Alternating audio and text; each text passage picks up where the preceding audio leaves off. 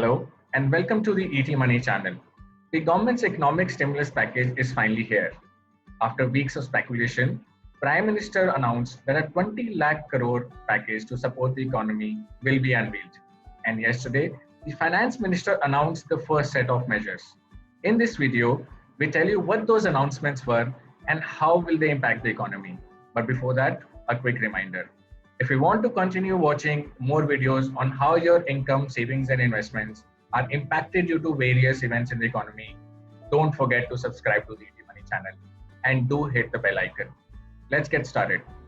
Yesterday was in continuation of earlier measures announced by the Finance Minister and RBI in April. And over the next few days, more measures will be announced. Yesterday, a total of 15 measures were announced, out of which 6 were for MSMEs, that is your micro, medium, and small enterprises, 2 for taxpayers and employers, 2 for NBFCs, housing finance companies, and microfinance companies, 1 for DISCOMs. DISCOMs are the companies that get electricity to your home, 1 for contractors, 1 for real estate sector, and 3 direct tax measures. Let's look at the major announcements from that list. First, the MSME sector. Number 1. The government will facilitate collateral-free loans of a whopping 3 lakh crores to businesses, including MSMEs. These loans will be a period of 4 years, and the borrowers won't have to pay principal amount for 12 months. The government will be the guarantor of these loans given by the banks and NBFCs. The second measure for MSMEs announced is that the government would infuse rupees 50,000 crore in MSMEs through equity investing in them via a fund of funds. This investment will be in companies with growth potential and sustainable business models.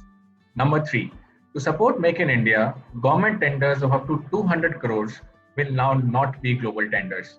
That means foreign companies will not be allowed to bid in them.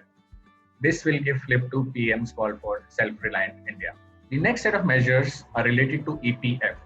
The EPF contribution employer and employees make every month has been reduced from 12% to 10% for next 3 months.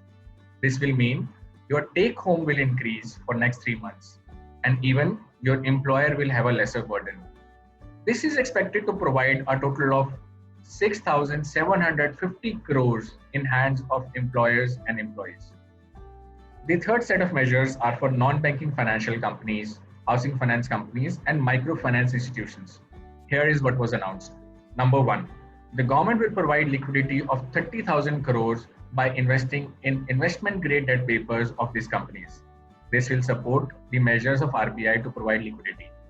These measures help these companies and also mutual fund companies, as there will be a buyer for the papers these mutual funds hold. This is significant for investors in medium to long-term debt funds, as their investments in funds where lower grade papers have been bought would have liquidity cushion and support the bond prices. Number 2, the government has also come in support of companies with a low credit rating. These companies also require money so they can lend. So the government has announced a 45,000 crore partial credit guarantee scheme. In the case of loss, the first 20% loss will be borne by the Government of India. Companies with credit ratings of AA and below, as well even unrated papers, will be eligible for this investment.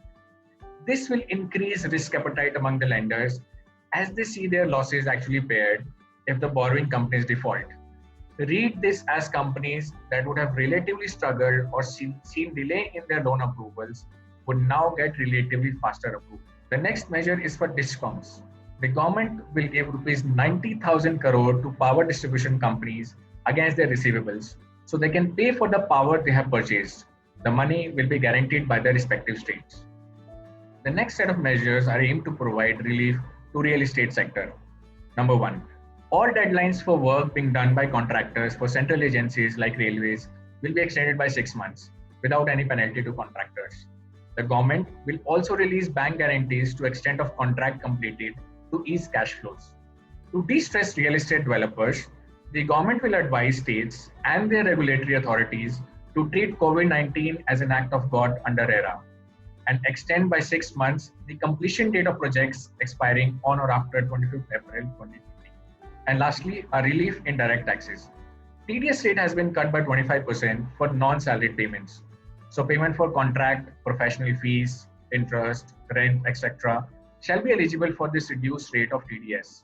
So if you have an FD or you get a dividend or are a freelancer, you will have more money hitting your account. This reduction will be for the remaining part of financial year 2020, that is from today to 31st March 2021.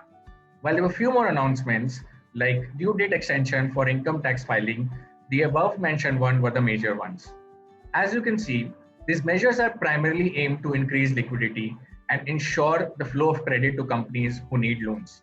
While these will help sustain the economy, these aren't yet the bold measures that will jumpstart the economy, but this is just the first set. With this, we come to the end of our video, but stay tuned. There are more announcements coming and we will be there to decipher them for you.